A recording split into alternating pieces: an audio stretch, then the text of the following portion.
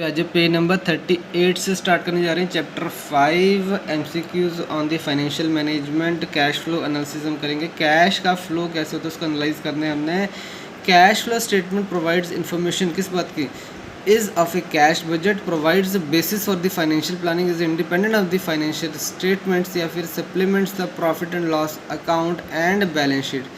तो हमेशा cash flow statement जो होती है, कैश फ्लो यानी कैश फ्लो कैसे कर रहा है, ये प्रॉफिट एंड लॉस अकाउंट और बैलेंस शीट की बात करता है। हमेशा ध्यान में रख लेना, इस चीज़ को दिमाग में बिठा लो कि कैश फ्लो जो स्टेटमेंट होती है वो हमेशा पी एंड एल अकाउंट और बैलेंस शीट, कैश फ्लो हमेशा बात करती है पी एंड एल अकाउंट और बैलेंस शीट की at different point of time कैसे कैसे कैश फ्लो हो रहा है। ठीक है, बैलेंस शीट एक पर्टिकुलर पॉइंट पर आपका क्या स्टेटस है।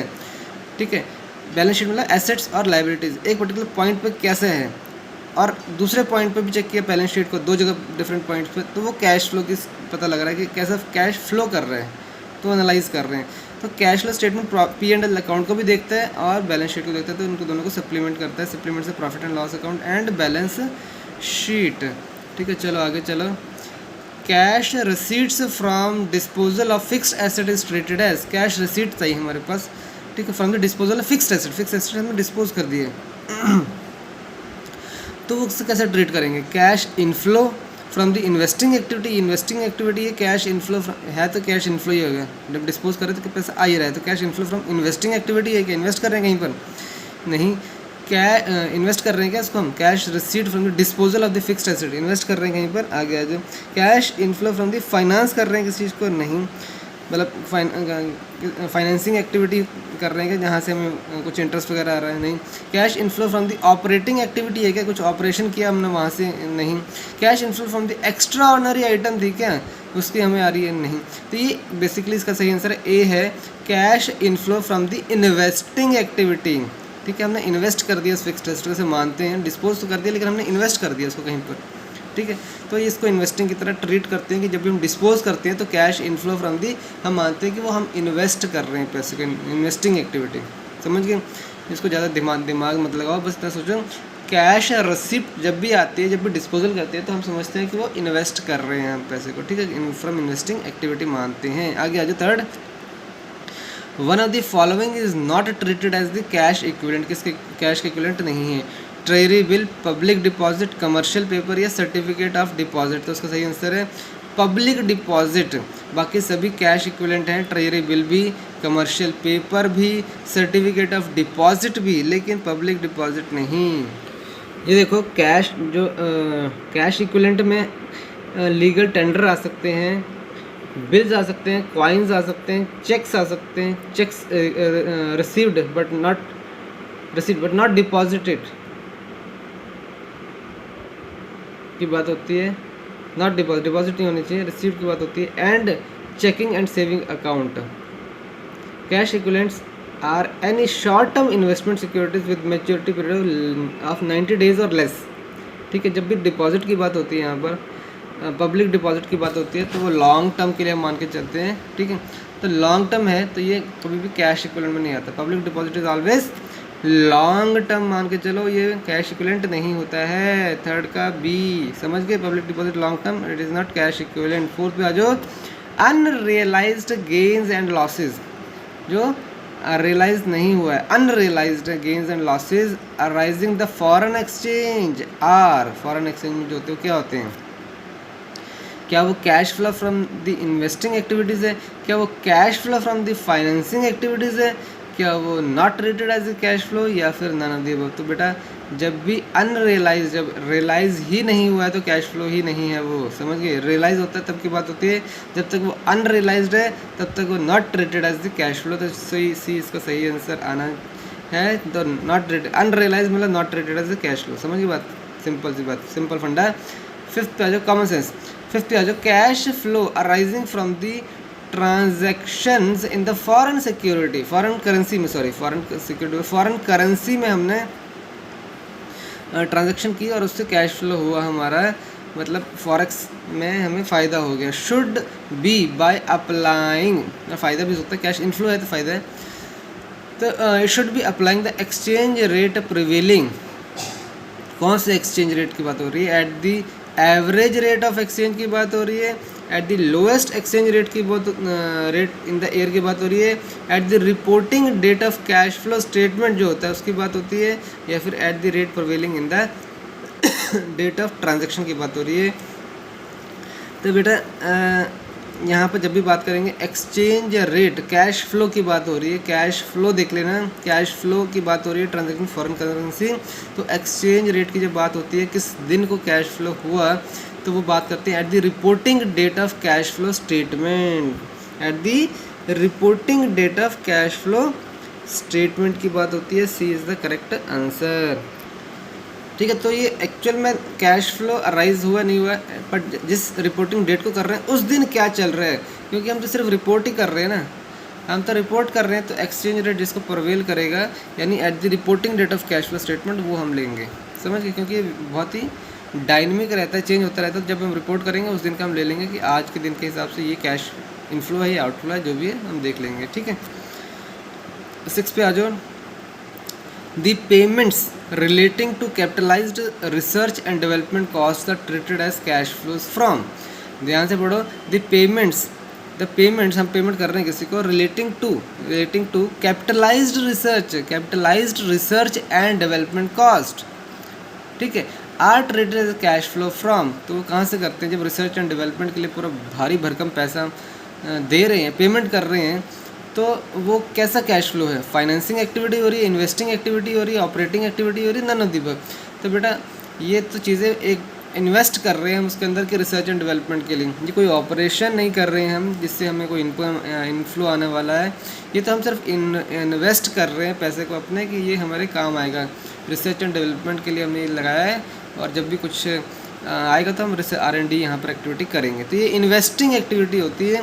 फाइनेंसिंग एक्टिविटी से हमें पैसा आता है वो नहीं आता, यहाँ पर रिसर्च एंड डेवलपमेंट में ऐसा नहीं है, वो सिर्फ एक इन्वेस्टमेंट पर्पज़ के लिए हम इन्वेस्ट करके रखते हैं। ठीक है, ये ऑपरेशन एक्टिविटी नहीं है, तो इसका आंसर आएगा बी, इन्वेस्टिंग एक्टिविटी। 7 पे आ जाओ।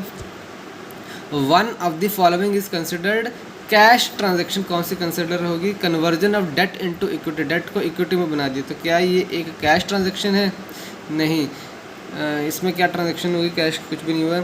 B, adjustment of bonus towards call money, adjustment of bonus को एडजस्ट किया है टुवर्ड्स द कॉल मनी। अब ये क्या होता है कॉल मनी, देखो कॉल मनी क्या होता है, call money is the borrowing और lending of the funds for 1 day, where money is borrowed और lend for the period between 2 days and 14 days is known as the notice money, notice देकर हम money borrow कर रहे हैं। And term money refers to the borrowing lending of the funds of the period exceeding 14 days।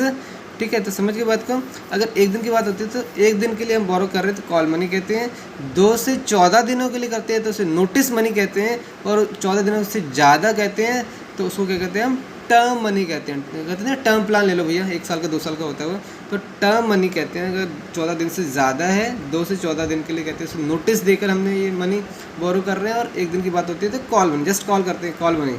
ठीक है, ये देखो बहुत अच्छा डायग्राम बना रखा है कि कॉल कर रहे हैं, तुरंत मनी चाहिए हमें, कॉल मनी। तो यहाँ पर देखो adjustment of bonus towards the call money, हमने कॉल मनी फ़ोन किया, बहुत सारा पैसा आया और उसको बोनस दे दिया, तो ये कहाँ है, ये क्या है, ये इट इज़ कैश ट्रांजेक्शन है, यस करेक्ट है। सी भी देख लो, acquisition of an enterprise by means of the issue of shares, बिल्कुल नहीं, ये इसमें कैश ट्रांजेक्शन की बात नहीं है। Purchase of plant and machinery, ये भी कैश ट्रांजेक्शन नहीं है, ये लॉन्ग टर्म सारी बातें हो रही हैं। Purchase of plant and machinery by issue of unsecured debentures payable after 1 year, by the issue of unsecured debentures, debenture paper दे दिया है, ये पेपर की बात है यहाँ पर। ठीक है, एक्विजिशन एंटरप्राइज, इसमें भी शेयर्स इशू किए हैं, इसमें भी पैसे का लेना देना नहीं है, शेयर का लेना देना है, और डेट इनटू इक्विटी में कन्वर्ट किया है, तो इसमें क्या लेना देना है, इसमें भी पैसे का लेना देना नहीं हुआ है, तो तीनों में पैसे देने का लेना देना नहीं है। सिर्फ इसके अंदर adjustment of bonus towards call money, हमने पैसा तुरंत मंगवाया क्योंकि पैसे शॉर्ट थे और उसको बोनस दे दिया, तो ये हो गया हमारा कैश ट्रांजेक्शन। तो B is the correct answer, 7 का बी। 8 पे आ जाओ। AS3 revised is mandatory for accounting standard 3, revised is mandatory for, किसके लिए मैंडेटरी है देख लेते हैं। AS3 क्या होता है पहले तो पता होना चाहिए। तो AS3 क्या है बेसिकली, यहाँ पर देखो जरा, यहाँ पर अकाउंटिंग स्टैंडर्ड 3 रिवाइज्ड की बात हो रही है। It is information about the changes in the cash and cash equivalent में कैसे चेंजेस आ रहे हैं, कैश एंड कैश इक्विवेलेंट में चेंजेस कैसे आ रहे हैं उसकी बात करता है। कैश फ्लो कैसे कैसे कहाँ से सकता है, operating, investing, financing activity, 3 activity हमेशा ध्यान रख लेना है। Operating, investing and financing activity, operating, investing and financing activities during the accounting period, उसकी बात हो रही है हमारी यहाँ पर। तो AS3 revised is mandatory for, it is mandatory for, ध्यान दे देना है, लिस्टेड कंपनीज के लिए मैंडेटरी है ही है, स्टॉक एक्सचेंज पे लिस्टेड रहती हैं हमारी। और दूसरी companies having the turnover more than 50 crore, इनके लिए भी मैंडेटरी है। तो सी क्या लिखा है, A एंड B अबव, तो C is the correct answer, इसका दोनों के लिए मैंडेटरी है, जिसका 50 करोड़ से ज़्यादा टर्नओवर है या फिर लिस्टेड है। 9 पे आ जाओ, securities premium collected amounts to cash flow from, securities premium collected amounts to cash flow from investing activity, operating activity, financing activity या नन ऑफ द अबव। तो बेटा 9 का जो आंसर है वो है C, यानी financing activities. Securities premium collected amounts to cash flow from, वो कहाँ से आया है, सिक्योरिटीज़ प्रीमियम जब भी आ रहा है, ठीक है, कोई सिक्योरिटीज़ का मतलब क्या है, पहले तो सिक्योरिटीज़ का मतलब क्या है, एक हमारी फाइनेंसिंग एक्टिविटी ही है जिससे हमें कैश फ्लो आ रहा है। ये देखो, securities premium is the gain made by an organisation on the issuing of the share of certain face value of a price higher than the said face value, ठीक है। तो सिक्योरिटीज़ प्रीमियम बेसिकली क्या है, gain मिल रहा है किसी organisation को on issuing the share of a certain face value of a for a price higher than the said face value, ठीक है। तो वो 50 रुपये का था, 70 रुपये का बेचा तो गेन आया कुछ, ठीक है, तो वो प्रीमियम है कि वो आज हम दे रहे हैं, आज ले लो, नहीं तो उसके रेट बढ़ने वाले हैं। आज इसकी फेस वैल्यू 50 है, 5 दिनों बाद 1000 होने वाली है, आज हम इसको, इसकी वैसे आज के डेट में 50 है लेकिन हम इसे अब 100 रुपये में दे रहे हैं, ठीक है, हमें गेन मिल रहा है। तो इससे जो हमें गेन मिलेगा, securities premium is a gain made by the organisation on issuing a share of a certain face value for a price higher than the said face value. तो उससे हम ज़्यादा पे बेच रहे हैं क्योंकि हमें पता है कि बढ़ेगा बढ़ेगा, आप ले लो इसको। तो जो गेन रिसीव होगा वो सिक्योरिटीज़ प्रीमियम कहलाता है, ठीक है, सिक्योरिटीज़ प्रीमियम, तो वो गेन हमें यहाँ पर मिलता है। तो आज securities premium collected amount to cash flow from, क्या वो इन्वेस्टिंग है, ऑपरेटिंग है, फाइनेंसिंग है या फिर नन, तो वो फाइनेंसिंग एक्टिविटीज़ है, इन्वेस्टिंग नहीं है, वो ऑपरेटिंग नहीं है, वो हमारी फाइनेंसिंग एक्टिविटीज़ है। C is the correct answer. 10th पे आ जाओ, which of the following item results in cash flow, issue of share करते हैं तो क्या कैश फ्लो होता है, ट्रांसफ़र टू जनरल रिजर्व होता है तो क्या कैश फ्लो होता है, गुडविल जो रिटर्न ऑफ करते हैं तो क्या कैश फ्लो होता है, या सैलरीज आउटस्टैंडिंग जो होती हैं वो कैश फ्लो होता है। तो बेटा जब भी इशू ऑफ शेयर करते हैं, which of the following item result in cash flow, तो A is the correct answer कि जब भी इशू ऑफ शेयर करते हैं हम बेसिकली तो क्या करते हैं, हमारे पास कैश का इनफ्लो आता है, ठीक है, हम तो पेपर देते हैं लेकिन कैश आता है हमारे पास।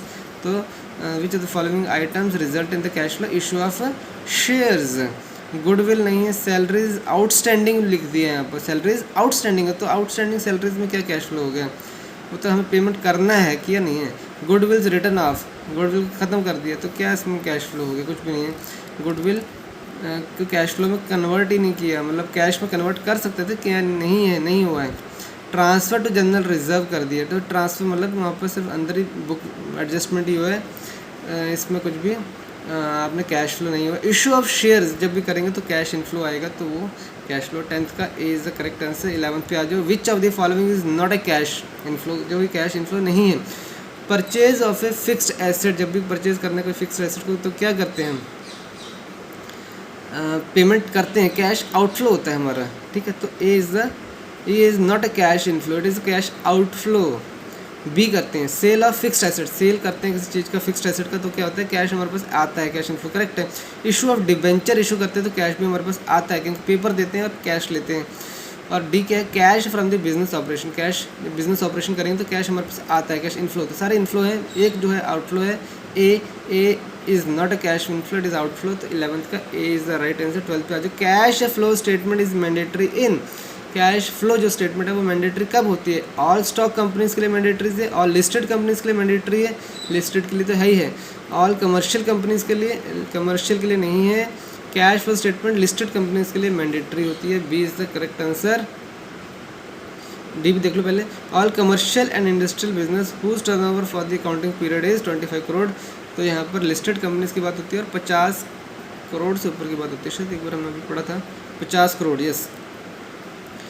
तो 50 करोड़ की बात थी, 25 करोड़ की बात नहीं थी।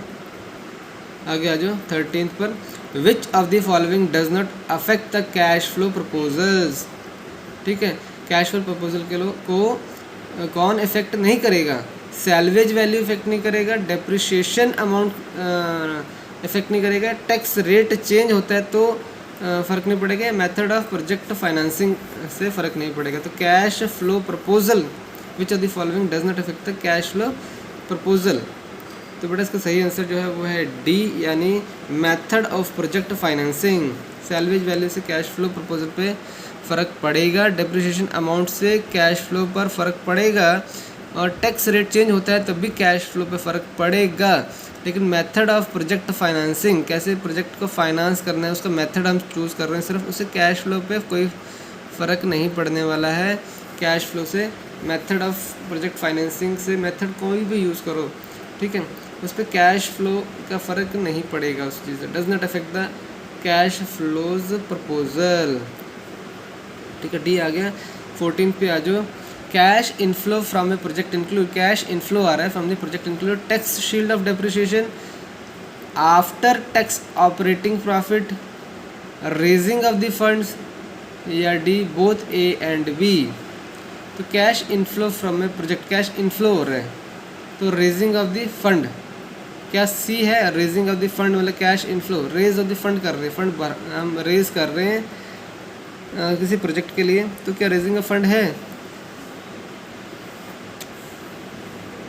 Tax shield of depreciation, after tax operating profits, तो आफ्टर टैक्स ऑपरेटिंग प्रॉफिट तो है, बी तो करेक्ट है। रेजिंग ऑफ फंड है, सी देखो बी है, रेजिंग ऑफ फंड, जब रेज ऑफ फंड करते हैं तो क्या कैश इनफ्लो की बात होती है? ज़रूरी नहीं है कि फ़ंड हम कैश से ही करने वाले हैं, ठीक है, बहुत तरीके से हम फ़ंड रेज़ करते हैं। तो देखो इसमें रेजिंग ऑफ फंड जो हमने बात कर रहे थे, रेजिंग ऑफ फंड बेसिकली ये कैश इनफ्लो नहीं होता है, ये जब हम प्रोजेक्ट स्टार्ट करने जा रहे हैं उसके पहले की कॉस्ट होती है, पहले ही हमने फंड रेज़ किया होता है, तो इट इज़ नॉट देखो यहाँ पे देखो, raising of fund is irrelevant to the project as the cost incurred in the raising of the fund is a past sunk cost, पहले कर चुके हैं हम, तो वो प्रोजेक्ट के बाद की बातें हम कर रहे हैं। तो tax shield of depreciation yes, after tax operating profit हमारे पास आ रहे हैं, यस, तो उसमें कैश फ्लो हो रहा है, इसमें कैश फ्लो हो रहा है।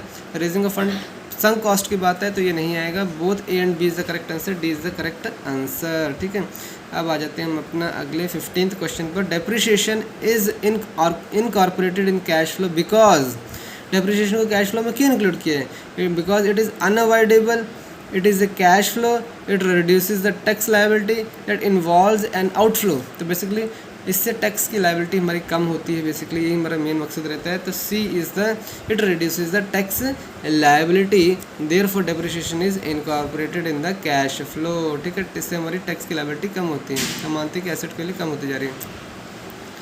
If there is no inflation during a period, कोई भी इन्फ्लेशन नहीं हुआ during a period, then the money cash flow would be equal to, तो मनी कैश फ्लो किसके इक्वल होगा? प्रेजेंट वैल्यू के, रियल कैश फ्लो के, real cash flow plus present value, real cash flow minus present value, तो इसको सही answer आएगा वो आएगा हमारा बी, यानी रियल कैश फ्लो। अगर इन्फ्लेशन है ही नहीं तो बेटा जो मनी कैश फ्लो होगा, जो मनी कैश फ्लो होगा वो रियल कैश फ्लो के बराबर होगा, यानी मनी कैश फ्लो ही रियल कैश फ्लो है। B is the correct answer. Money cash flow जो होगा वो रियल कैश फ्लो के इक्विवेलेंट बन जाएगा अगर आपका इन्फ्लेशन ज़ीरो है। समझिए बात, यहाँ पर प्रेजेंट वैल्यू को भूल जाओ, यहाँ पर जब हमने बात कर दी है कि इन्फ्लेशन है ही नहीं, अगर इन्फ्लेशन होता तो प्रेजेंट वैल्यू होता है, ठीक है, लेकिन जब इन्फ्लेशन ही नहीं है तो उस केस में money cash flow real cash flow के बराबर हो जाएगा। 17 पे आ जाएगा, real cash flow must be discounted to get the present value at the rate equal to money discount rate, inflation rate, real discount rate या risk free rate of interest. तो इसका जो सही आंसर आएगा वो आएगा रियल डिस्काउंट रेट जो हम ले रहे हैं, सी इज़ द करेक्ट आंसर। जब हम रियल कैश फ्लो की बात करते हैं तो रियल डिस्काउंट रेट ही लेना है हमने, रियल कैश फ्लो की बात करते हैं तो रियल डिस्काउंट रेट लेना है, ठीक है।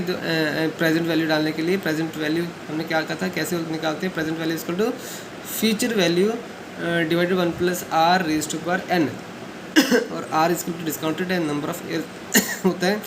ये हम प्रेजेंट वैल्यू की बात कर रहे हैं। जब हम एनपीवी की बात करते हैं तो सिग्मा आ जाता है और माइनस इनिशियल इन्वेस्टमेंट आ जाता है। ये फार्मूला याद रख लेना। The real cash flow must be discounted, तो रियल कैश फ्लो की बात हो रही है तो रियल डिस्काउंट रेट हम लेंगे। ठीक है, आगे आ जाओ 19 पर। Money cash flow should be adjusted for, money का जो कैश फ्लो हो रहा है इन या आउट जो भी हो रहा है वो कैसे एडजस्ट करना है। ओनली इन्फ्लेशन इफेक्ट लेना है उसके अंदर, only time value of money लेना है, नीदर ए एंड बी लेना है या बोथ ए एंड बी लेना है। तो इसका आंसर जो है वो है दे रखा है C, neither of A and B. Only inflation भी नहीं लेना है, only time value of money भी नहीं लेना है।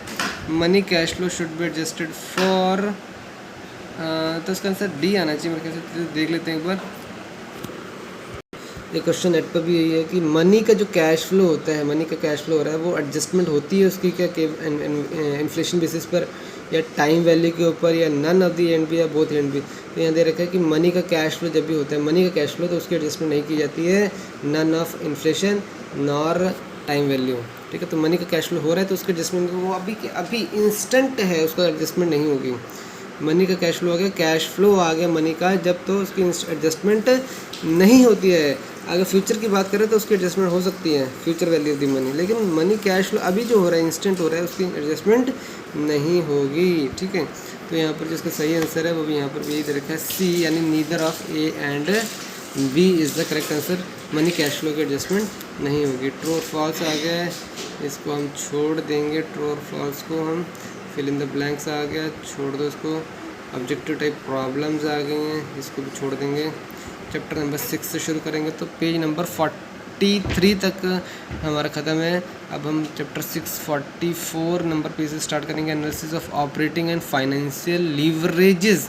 हम लोग कहते हैं लीवरेज मिलती है आपको, ठीक है, लीवर से याद रख लेना, जो नीचे ट्रायंगुलर शेप रहता है वो लीवर रहता है, मतलब दैट असिस्ट कि आप कम प्रेशर लगाने से भी ज़्यादा प्रॉफिट कैसे ले सकते हैं। तो वो ये है लीवर। हमारे लीवरेजेस क्या क्या हैं, मैं उसकी बात करेंगे चैप्टर 6 में, पेज नंबर 44 से स्टार्ट करेंगे।